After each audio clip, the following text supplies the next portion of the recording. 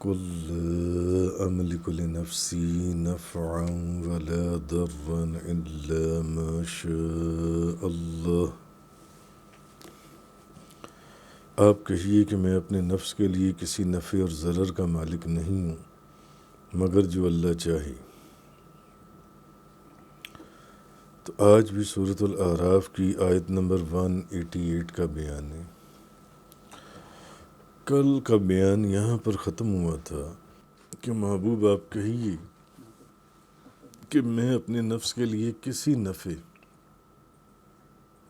اور ضرر کا مالک نہیں ہوں مگر جو اللہ چاہے، جتنا اللہ چاہے۔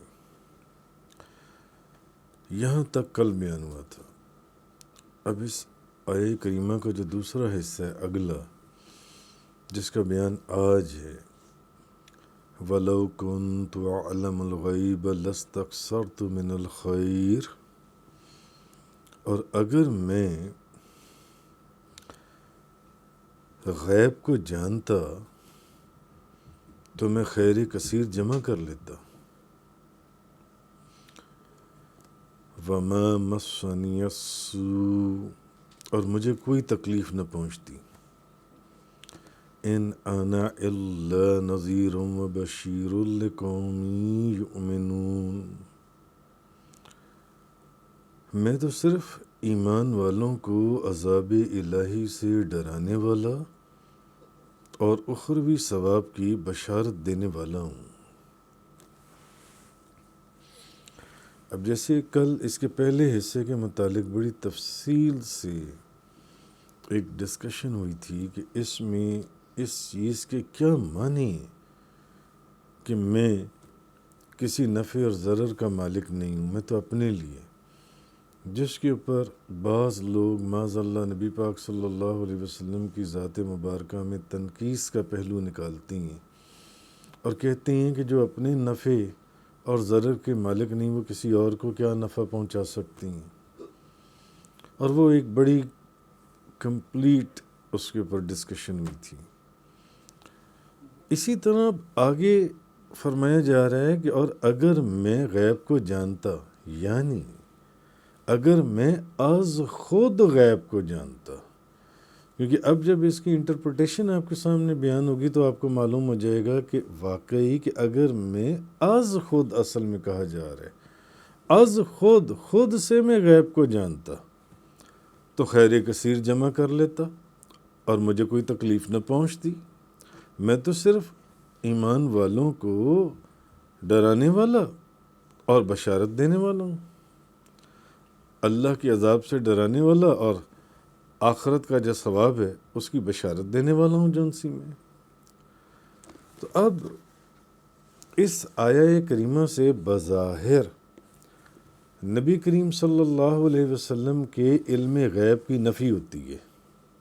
بظاہر تو ایسے ہی محسوس ہو رہا ہے نا کہ اللہ تعالیٰ نے فرمایا کہ آپ کہیے کہ اگر میں غیب کو جانتا تو میں خیر کثیر کو جمع کر لیتا۔ تو اس کا مطلب ہے کہ پھر آپ غیب کو نہیں جانتے تھے، آپ کو غیب کے اوپر اطلاع نہیں تھی اور مجھے کوئی تکلیف نہ پہنچتی۔ لیکن مفسرین، محققین، علماء نے اس کی جو ٹرانسلیشن کی اس آیت کی وہ یہ ہے کہ اس کے بعد اللہ نے فرمایا کہ آپ کہیے اگر میں خود سے غیب کو جانتا، اگر میں خود بظاہر، تو ایسے بظاہر اگر آپ آیت کو پڑھیں تو ایسے لگتا ہے کہ جیسے آپ کے علم غیب کی نفی ہے اس میں، لیکن اگر جب آپ قرآن پاک کی مختلف آیات کو پڑھتے ہیں یا احادیث کو دیکھتے ہیں تو پھر آپ کو پتہ چل جاتا ہے کہ نہیں، یہاں اصل میں اس کے معنی یہ ہیں اس آیت کے کہ اگر یہاں اس آیت کے یہ معنی نہیں کریں گے تو پھر وہ سینکڑوں احادیث اور درجنوں قرآن پاک کی آیات کہاں لے کے جائیں گے جس میں نبی کریم صلی اللہ علیہ وسلم کے علم غیب کا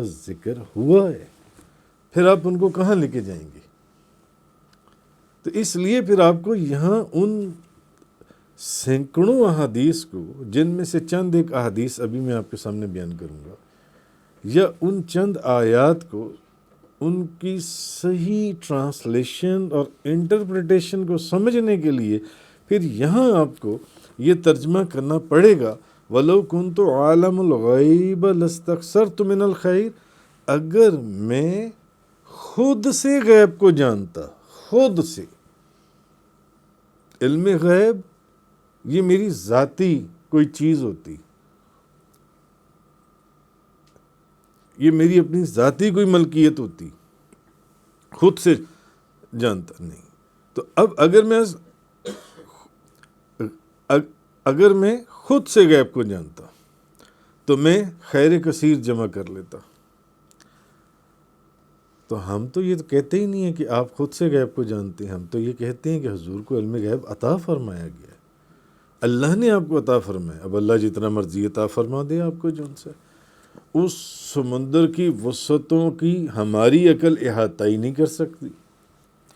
تو بظاہر تو اس آیت سے یہ پتہ چلتا ہے کہ نبی پاک صلی اللہ علیہ وسلم کے علم غیب کی نفی ہوتی ہے، لیکن چونکہ نبی پاک صلی اللہ علیہ وسلم نے سینکڑوں غیب کی خبریں دی ہیں، جیسا کہ ابھی پرسوں کے جو درس تھا اس کے اندر آپ کو یاد ہوگا کہ قیامت کی نشانیوں میں نبی پاک صلی اللہ علیہ وسلم نے سینکڑوں نشانیاں بتا دی، صرف اور صرف سن نہیں بتایا، وقت بھی بتا دیا، دن بھی بتا دیا، اور مہینہ بھی بتا دیا، اور تمام چیزیں وہاں تک پہنچا دیں، لے گئے۔ اس کی تفصیل میں نہیں جاتا، پھر اس میں بھی درجنوں ایسی حدیث بیان ہوئی تھیں نبی پاک صلی اللہ علیہ وسلم کے علم غیب کی جنسی ہیں۔ قرآن پاک کے اندر بے شمار ایسی آیات موجود ہیں، اور سینکڑوں احادیث بھی موجود ہیں احادیث کی کتابوں کے اندر، کہ جس سے واضح ہو جاتا ہے کہ اس آیت میں علم غیب کی، جس علم غیب کی نفی کی گئی ہے نا، وہ خود سے غیب کو جاننے کی نفی کی گئی ہے، خود سے۔ تو بھئی وہ تو ہم کہتے ہی نہیں ہیں کہ آپ خود سے جون سے غیب کو جانتے، آپ کو اللہ نے علم غیب عطا فرمایا، آپ کو اللہ نے علم عطا فرمایا جتنا بھی عطا فرمایا۔ تو خیر، احادیث میں علم غیب کا بھی ذکر ہوا، اور ایمان بالغیب کا بھی بکثرت ذکر ہوا جون سے، اور ہر وہ چیز جو آنکھوں سے غائب ہو وہ کیا ہوتی ہے؟ غیب ہوتی ہے۔ ہر وہ چیز جو آنکھوں سے غائب ہو وہ اس کو آپ غیب کہیں گے۔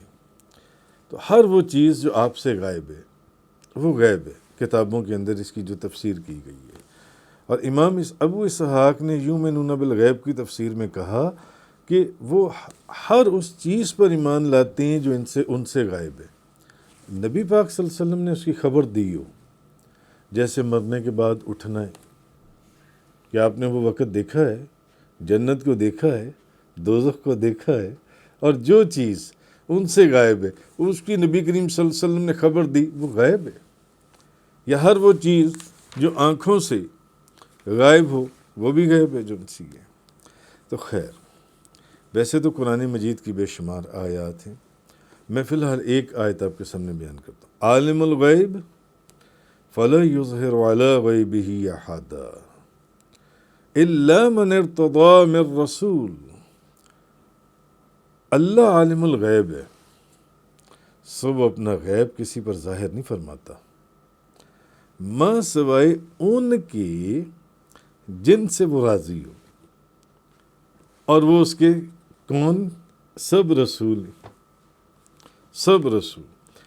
اللہ وہ اپنا غیب کسی پر ظاہر نہیں فرماتا ماں سوائے ان کے جن سے وہ راضی ہو، اور وہ کون لوگ ہیں؟ جو اس کے رسول ہیں۔ تو پھر اس کا مطلب یہ ہے کہ ان کو علم غیب اللہ نے عطا فرمایا ہے، ان کو اللہ نے علم غیب عطا فرمایا۔ اب میں اس طرح کی بے شمار آیات آپ کے سامنے عرض کر سکتا ہوں اور بیان کر سکتا ہوں۔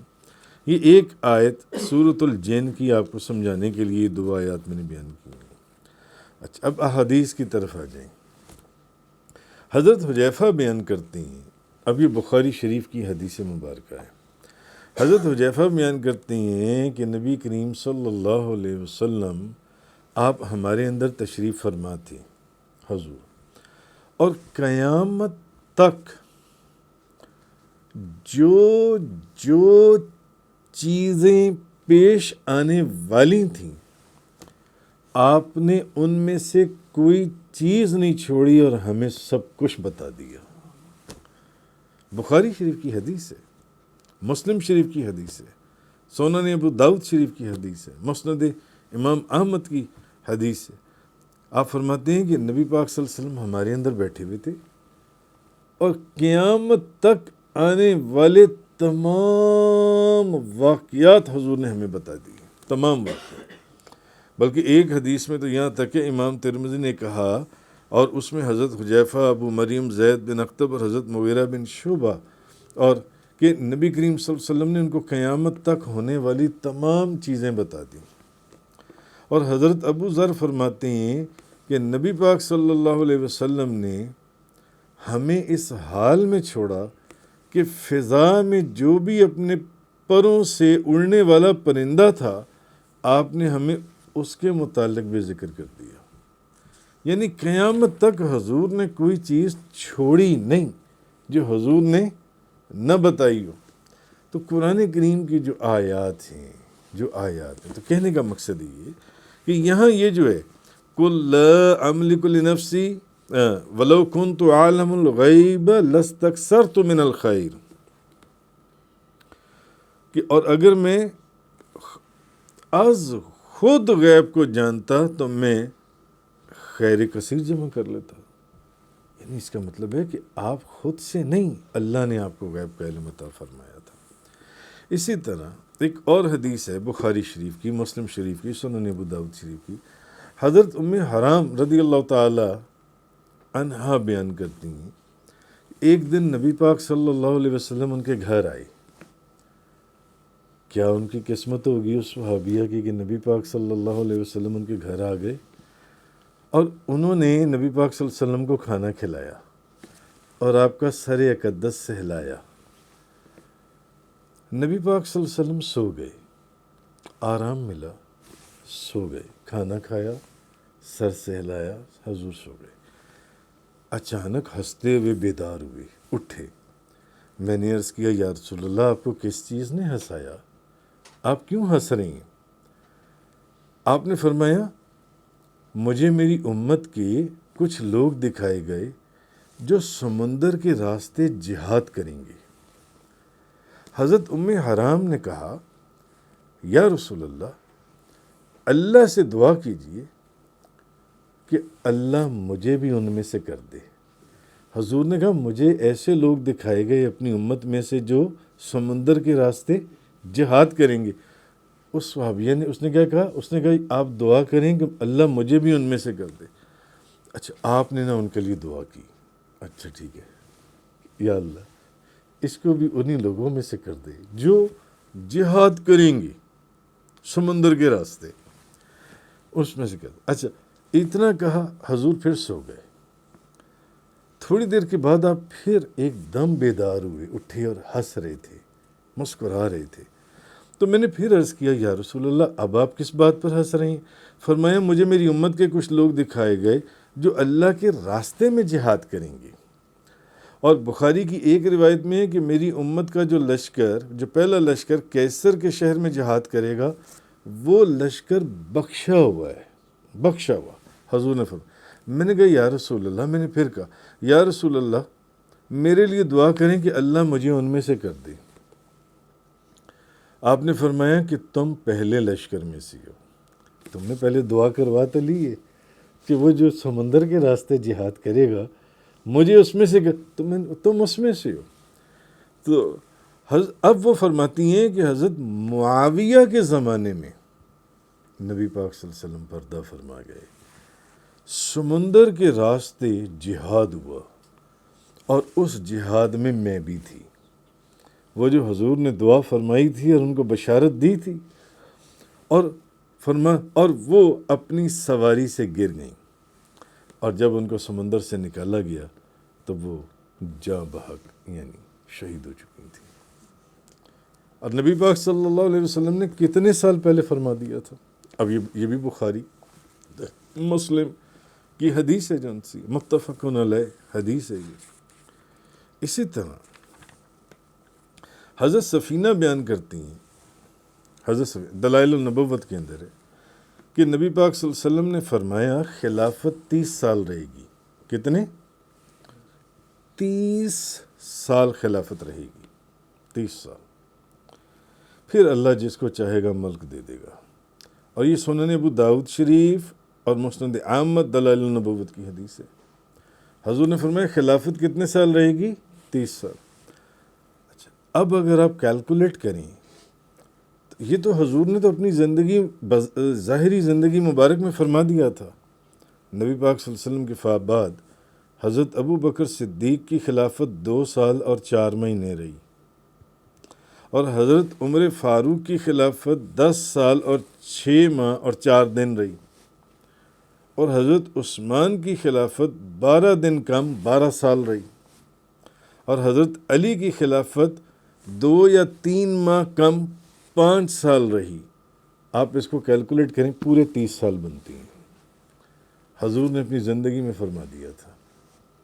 حضور نے اپنی زندگی میں فرما دیا تھا. حضرت انس بیان کرتے ہیں، بخاری شریف کی حدیث ہے اور بڑی مشہور حدیث ہے، آپ نے مختلف کتابوں میں پڑھی بھی ہوگی، کہ نبی پاک صلی اللہ علیہ وسلم احد پہاڑ کے اوپر چڑھی، اور بعض روایات میں کوئی دوسرا پہاڑ تھا، اور آپ کے ساتھ حضرت ابو بکر، حضرت عمر فاروق، حضرت عثمان غنی تھی. وہ جو پہاڑ تھا نا، وہ پہاڑ لرزنے لگا، اس کو شیورنگ ہو گئی، وہ لرزنے لگا. نبی پاک صلی اللہ علیہ وسلم نے فرمایا ہے پہاڑ ساکن ہو جا، تجھ پر ایک نبی، ایک صدیق اور 2 شہید موجود ہیں. نبی تو آپ خود، ابو بکر صدیق اور عمر فاروق اور عثمان غنی. تجھ پر ایک نبی، ایک صدیق اور 2 شہید موجود ہیں. اور 2 شہید کون ہیں؟ حضرت عمر فاروق اور حضرت عثمان غنی. اسی طرح بخاری شریف، مسلم شریف اور کتابوں کی حدیث حضرت عائشہ رضی اللہ تعالی عنہا بیان کرتی ہیں کہ نبی پاک صلی اللہ علیہ وسلم نے بی بی فاطمہ الزہرا کو بلایا اور ان سے سرگوشی کی تو وہ رونے لگیں، پھر سرگوشی کی تو وہ ہنسنے لگیں. بی بی عائشہ صدیقہ نے بی بی فاطمہ سے پوچھا کہ نبی پاک صلی اللہ علیہ وسلم نے تم سے کیا سرگوشی کی جس پر آپ رو پڑیں، اور پھر انہوں نے آپ کے کانوں میں کچھ سرگوشی کی تو آپ ہنس پڑیں. حضور نے پہلے اپنی بیٹی کے کانوں میں سرگوشی کی تو وہ رونے لگ گئیں، اور پھر سرگوشی کی تو وہ ہنسنے لگ پڑیں. بی بی فاطمہ نے فرمایا کہ آپ نے مجھ سے سرگوشی کر کے جب پہلے فرمایا تو آپ نے مجھے اپنی وفات کی خبر دے دی جس پر میں رونے لگ گئی، اور پھر آپ نے مجھے یہ خبر دے دی کہ سب سے پہلے آپ سے میں ملوں گی، تو میں نے مسکرانے لگ گئی. اور دیکھ لیجئے کہ سب سے پہلے بی بی فاطمہ الزہرا رضی اللہ تعالی عنہا ہی کا وصال مبارک ہوا. اسی طرح ایک حدیث میں، صحیح مسلم شریف کی حدیث ہے کہ صحیح بخاری شریف کی، حضرت ابو بکرہ بیان کرتے ہیں کہ میں نے دیکھا کہ نبی پاک صلی اللہ علیہ وسلم ممبر پر بیٹھے ہوئے تھے، اور حسن بن علی آپ کے پہلو میں تھے. حسن بن علی، امام حسن. تو آپ کبھی لوگوں کی طرف دیکھتے اور کبھی ان کی طرف دیکھتے، کبھی لوگوں کو دیکھتے اور کبھی حسن کو دیکھتے، اور بیٹھے ہوئے کہاں تھے؟ ممبر رسول پر. آپ نے فرمایا یہ میرا بیٹا سردار ہے، اور امید ہے کہ اللہ اس کے سبب سے مسلمانوں کی 2 جماعتوں میں صلح کروائے گا. اسی طرح ایک حدیث کے اندر ہے کہ حضرت عمار بن ابی عمار بیان کرتے ہیں کہ حضرت ابن عباس نے کہا میں نے خواب میں دیکھا، خواب میں، اب اللہ کے نبیوں اور ولیوں کے خواب دیکھ لیں، کہ نبی کریم صلی اللہ علیہ وسلم کے بال مبارک بکھرے ہوئے تھے اور غبار آلود ہیں. خواب میں دیکھا. کس نے دیکھا؟ حضرت عباس نے، کہ حضور کے بال مبارک بکھرے ہوئے اور غبار آلود ہیں، اور آپ خواب میں دیکھ رہے ہیں کہ حضور دوپہر سے ایک شیشی اٹھائے ہوئے ہیں اور اس شیشی کے اندر خون ہے، خون بھرا ہوا ہے۔ میں نے عرض کیا یا رسول اللہ میرے ماں باپ آپ پر فدا ہوں، خواب کے اندر حضرت عباس نے ان سے پوچھا یہ کیا چیز ہے؟ تو آپ صلی اللہ علیہ وسلم نے خواب میں انہیں یہ فرمایا یہ حسین اور ان کے ساتھیوں کا خون ہے، میں آج صبح سے یہ خون جمع کرتا پھر رہا ہوں، آج صبح سے۔ تو وہ فرماتی ہیں کہ جس دن انہوں نے وہ خواب دیکھا تھا انہوں نے وہ دن یاد رکھا، جس دن انہوں نے وہ خواب دیکھا تھا انہوں نے وہ دن یاد رکھا، اور جب حضرت امام حسین کو شہید کیا گیا تو وہ بھی سال کا وہی دن تھا، سال کے جس دن میں انہوں نے وہ خواب دیکھا تھا۔ یہ تو چلیں خواب کی بات ہو گئی، تو اس سے پہلے جتنی میں نے آپ کو یہ احادیث سنائی سب اسی طرح حضرت انس بیان کرتی ہیں کہ جنگ بدر کے دن نبی پاک صلی اللہ علیہ وسلم نے فرمایا، جنگ بدر والے دن کل یہ فلاں کے گرنے کی جگہ ہے، اور آپ نے وہاں پر ہاتھ رکھ دیا۔ پھر آپ نے فرمایا یہ فلاں کے گرنے کی جگہ ہے، اور آپ نے وہاں پر ہاتھ رکھ دیا۔ پھر آپ اور کسی جگہ پر گئے اور آپ نے فرمایا یہ فلاں کے گرنے کی جگہ ہے، جنگ بدر سے ایک دن پہلے۔ ابھی 2-4 دنوں 5 دنوں کے بعد پھر جنگ بدر کا دوبارہ سے بڑا تفصیل سے ذکر شروع ہونے والا ہے قرآن کریم کے اندر، سورہ انفال کے اندر۔ اچھا، یہ فلاں کے گرنے کی جگہ۔ حضرت انس فرماتے ہیں اس ذات کی قسم جس کے قبضہ قدرت میں میری جان ہے، جس جس جس جگہ پر نبی پاک صلی اللہ علیہ وسلم نے ہاتھ رکھ کر فرمایا تھا نا کہ کل یہ فلاں بندہ یہاں مرے گا، فلاں بندہ یہاں مرے گا، فلاں بندہ یہاں مرے گا، آپ فرماتے ہیں کہ وہ بندہ، حضرت انس قسم کھا کر کہتے ہیں، فرماتے ہیں وہ بندہ اسی جگہ کے پر مرا، جن جگہوں پر حضور نے اشارہ نشان لگایا تھا نا، اس جگہ یہ بندہ مرے گا، اس جگہ وہ بندہ مرے گا، اس جگہ وہ بندہ مرے گا، قسم کھا کر فرماتے ہیں اگلے دن وہ بندہ اسی جگہ پر مرا ہوا تھا جنگ کے اندر۔ اسی طرح حضرت ابو ہریرہ بیان، نبی پاک صلی اللہ علیہ وسلم نے جو غزوہ ہند کا وعدہ فرمایا، وہ بھی حدیث اپنی جگہ سنن نسائی شریف کی، وہ بھی ظہور ہوگا انشاءاللہ۔ اسی طرح ایک امام ابن سعد عبداللہ بن حارث بن نوفل سے روایت کرتی ہیں کہ جب جنگ بدر کے دن نوفل کو قید کیا گیا تو نبی کریم صلی اللہ علیہ وسلم نے ان سے فرمایا، اب ان کو قید کیا گیا تو نبی پاک صلی اللہ علیہ وسلم نے ان سے فرمایا کہ اپنی جان کے فدیے میں، غالباً انہوں نے، میں نے ایک روایت میں پڑھا، انہوں نے کہا تھا کہ میرے پاس تو کچھ ہے ہی نہیں، تو اچھا حضور تو اپنی جان کے فدیے میں کیا دیتے ہو تاکہ تمہاری جان بخشی کر دی جائے؟ ان سے فرمایا اپنی جان کے فدیے، اچھا تو حضور نے فرمایا اپنی جان کے فدیے میں، وہ نبی پاک صلی اللہ علیہ وسلم نے ان کو کہا اپنی جان کے فدیے میں وہ نیزہ دے دو جو جدہ میں رکھا ہوا ہے، جو جدہ میں رکھا ہوا ہے۔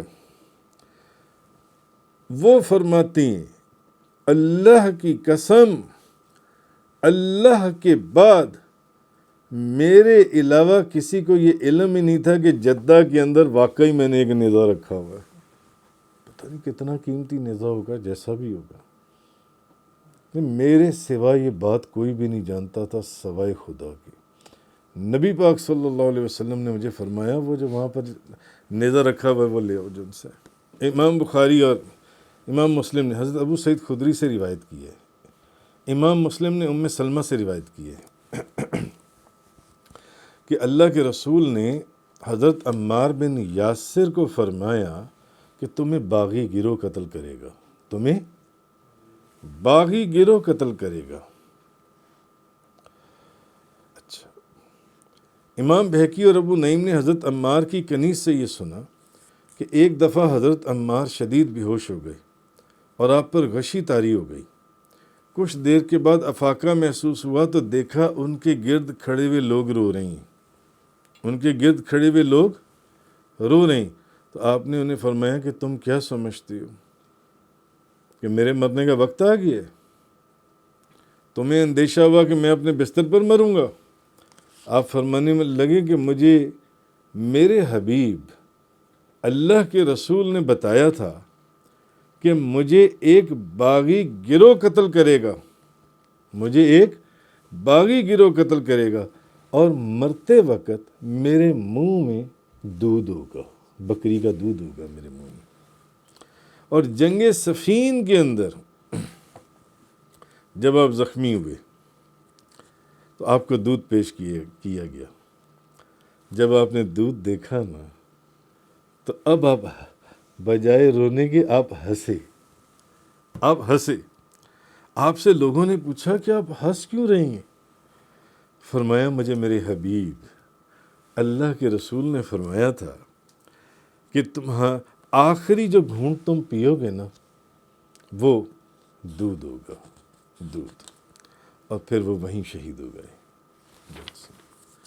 اسی طرح کتنی احادیث حضرت معاذ بن جبل رضی اللہ تعالیٰ عنہ، امام احمد اور امام بہقی نے، نبی کریم صلی اللہ علیہ وسلم نے حضرت معاذ بن جبل کو یمن کا والی بنا کر بھیجا، چیف جسٹس یمن کا، حضرت معاذ بن جبل کو۔ اب حضور ان کو الوداع کرنے کے لیے نا، کیونکہ حضور تو پھر وہ دیکھ رہے تھے جو قیامت تک ہونے والا ہے۔ حضور حضرت معاذ بن جبل تو وہ نہیں نہ دیکھ رہے ہوں گے جو حضور دیکھ رہے تھے، تو حضور جانتے تھے کہ اب معاذ کی میرے سے ملاقات نہیں ہوگی، جانتے تھے، اس لیے ان کو چھوڑنے کے لیے نبی کریم صلی اللہ علیہ وسلم آپ گئے جن سے الوداع کرنے کے لیے۔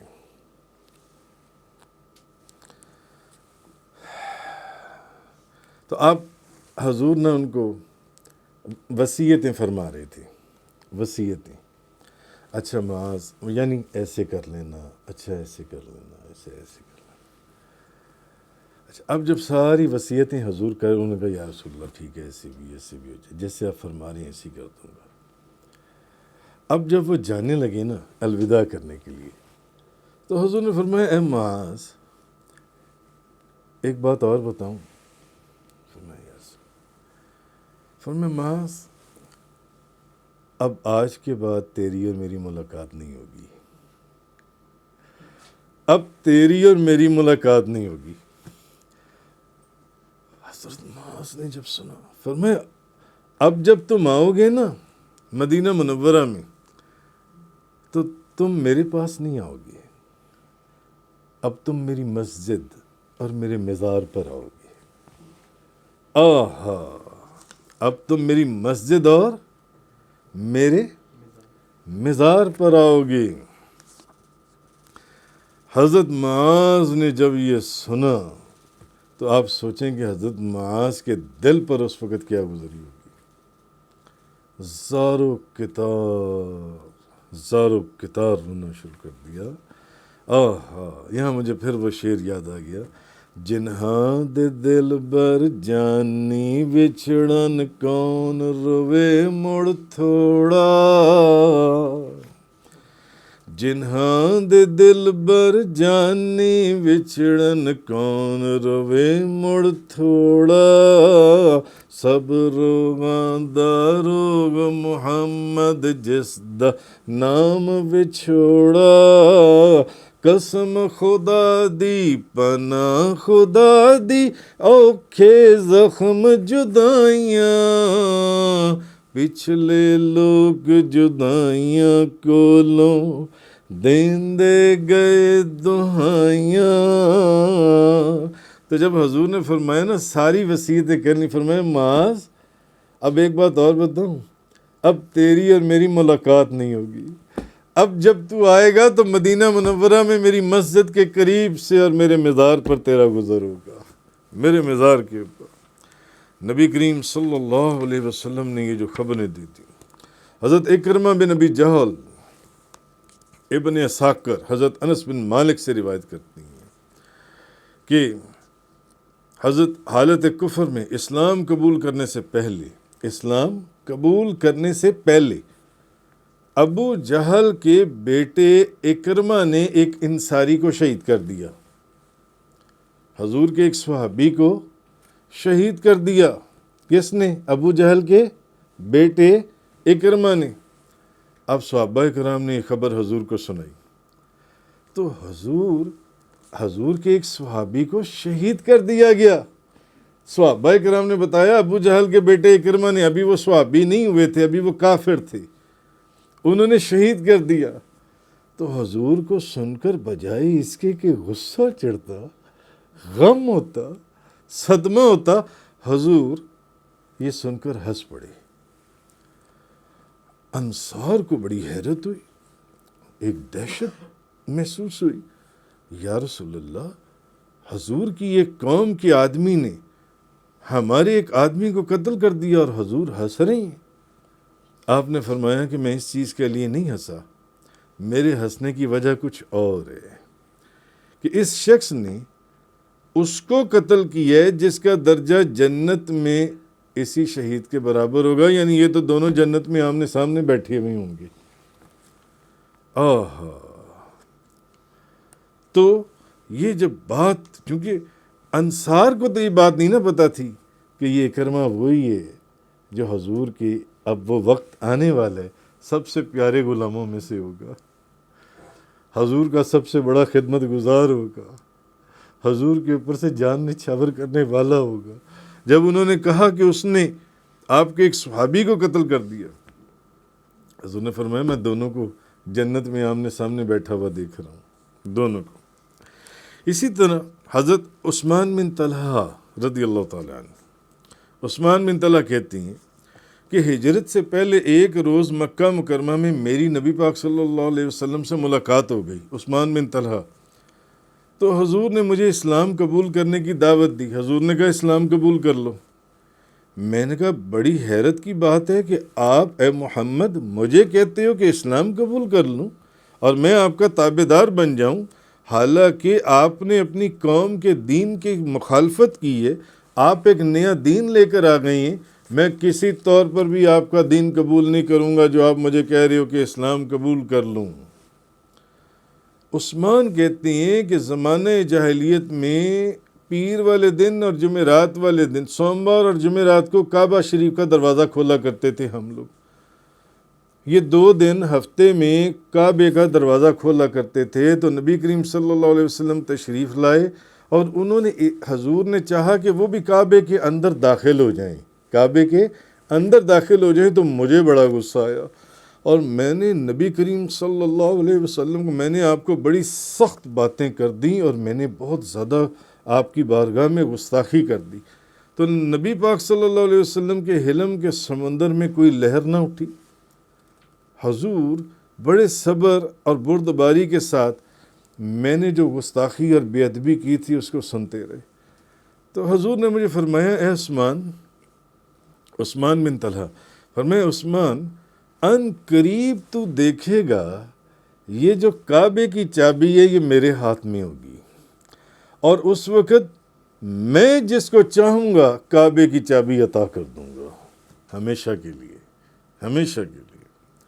وہ فرماتے ہیں میں سراپا حیرت بنا اور میں نے کہا لقد حلقت قریش یومئذ وذلت، یہ جو بات آپ کہہ رہی ہیں کیا اس دن قریش ذلیل ہو چکی ہوں گی؟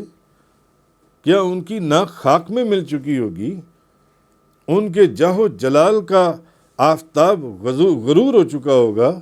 نبی کریم صلی اللہ علیہ وسلم نے عثمان بن طلحہ کو کہا، انہوں نے کہا نہیں، انہوں نے کہا عثمان جس دن یہ چابی میرے پاس ہوگی نا، وہ دن قریش کی ذلت کا نہیں بلکہ وہی دن تو قریش کی عزت کا ہوگا، وہی دن تو ان کے جاہ و جلال اور جو ان کا آفتاب ہے وہ غروب نہیں، وہ طلوع ہوگا، وہی دن جو ان سے جس دن وہ چابی میرے پاس ہوگی۔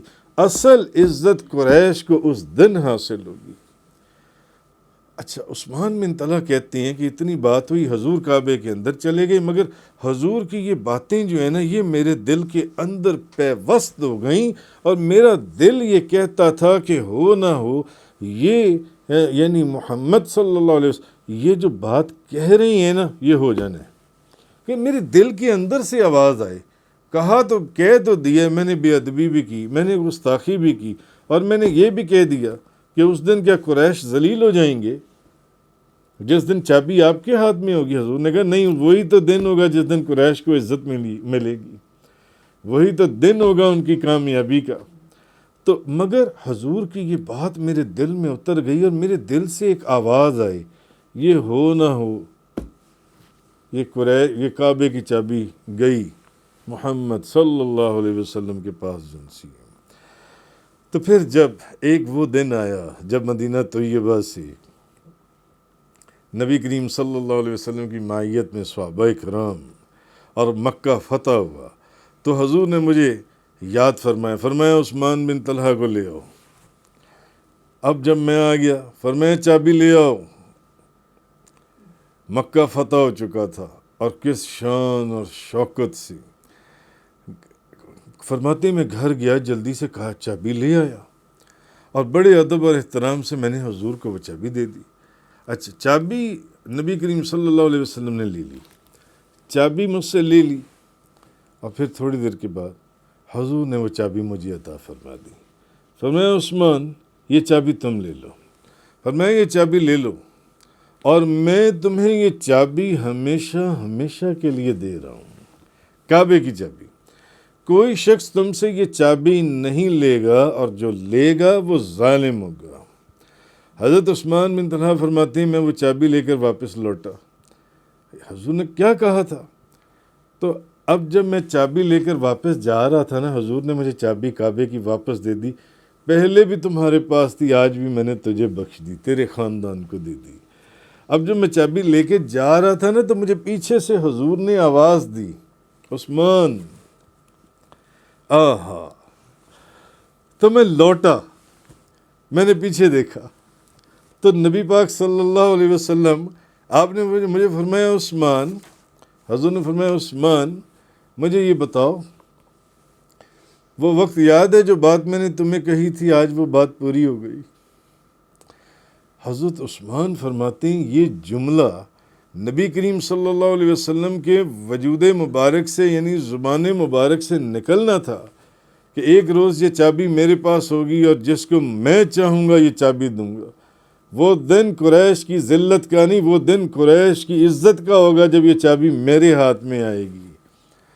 وہ فرماتے ہیں کہ اب مجھے یارائے ضبط نہ رہا، اور بلند آواز سے میں نے کہا اشہد انک رسول اللہ، اشہد اللہ الہ الا اللہ، میں گواہی دیتا ہوں اللہ کے سوا کوئی معبود نہیں. اشہد انک رسول اللہ، اور میں گواہی دیتا ہوں کہ آپ اللہ کے رسول ہیں.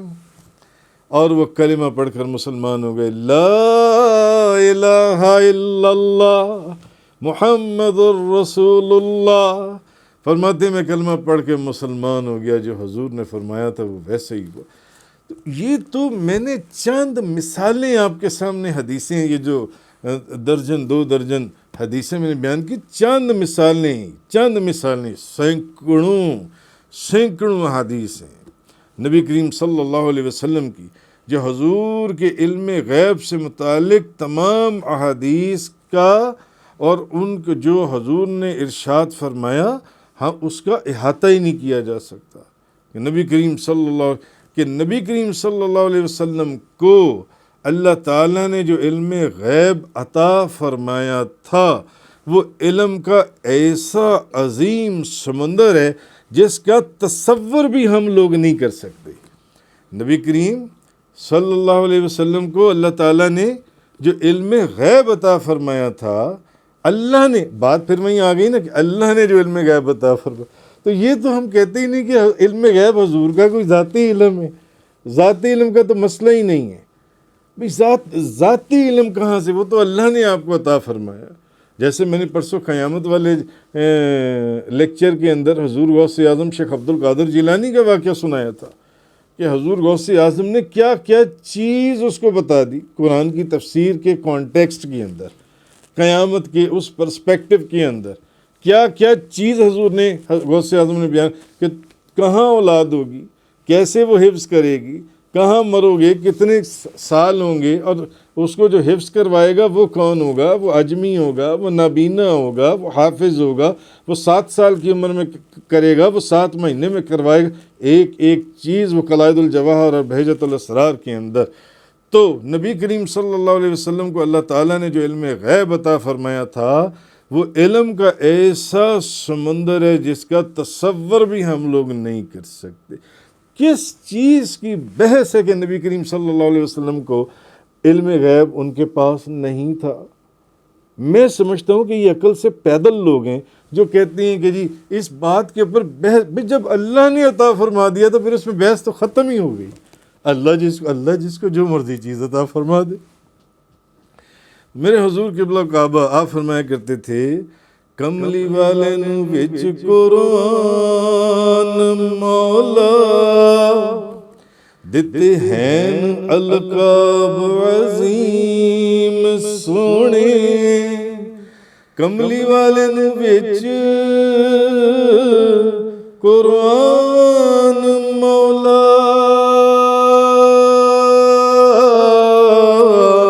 دتے ہیں القاب عظیم سونے، دتا غیب دا علم محبوب تائیں، اللہ پاک غفور الرحیم سونے، ماہو علی الغیب بدنین آیت پیج چھڑیے رب علیم سونے، ونڈن غیب نگینیا جگ تائیں، کردے بخل نہیں نبی کریم سونے۔ ابھی کوئی کہہ سکتا ہے کہ حضور غیب کے بتانے میں بخیل ہے؟ قرآن گواہ ہے، وما هو علی الغیب بدنین، قرآن گواہ ہے اس کے اوپر۔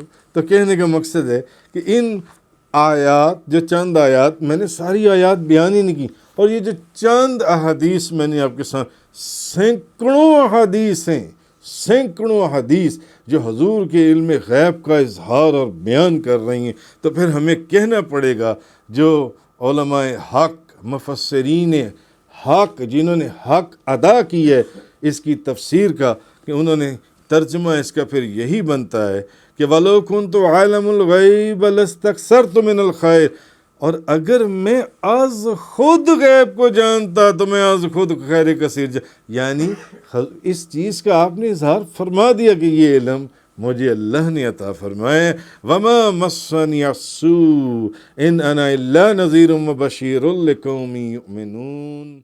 تفسیر قرآن کا یہ لیکچر انگلش میں سننے کے لیے براہ کرم ڈسکرپشن میں موجود لنک پر کلک کریں۔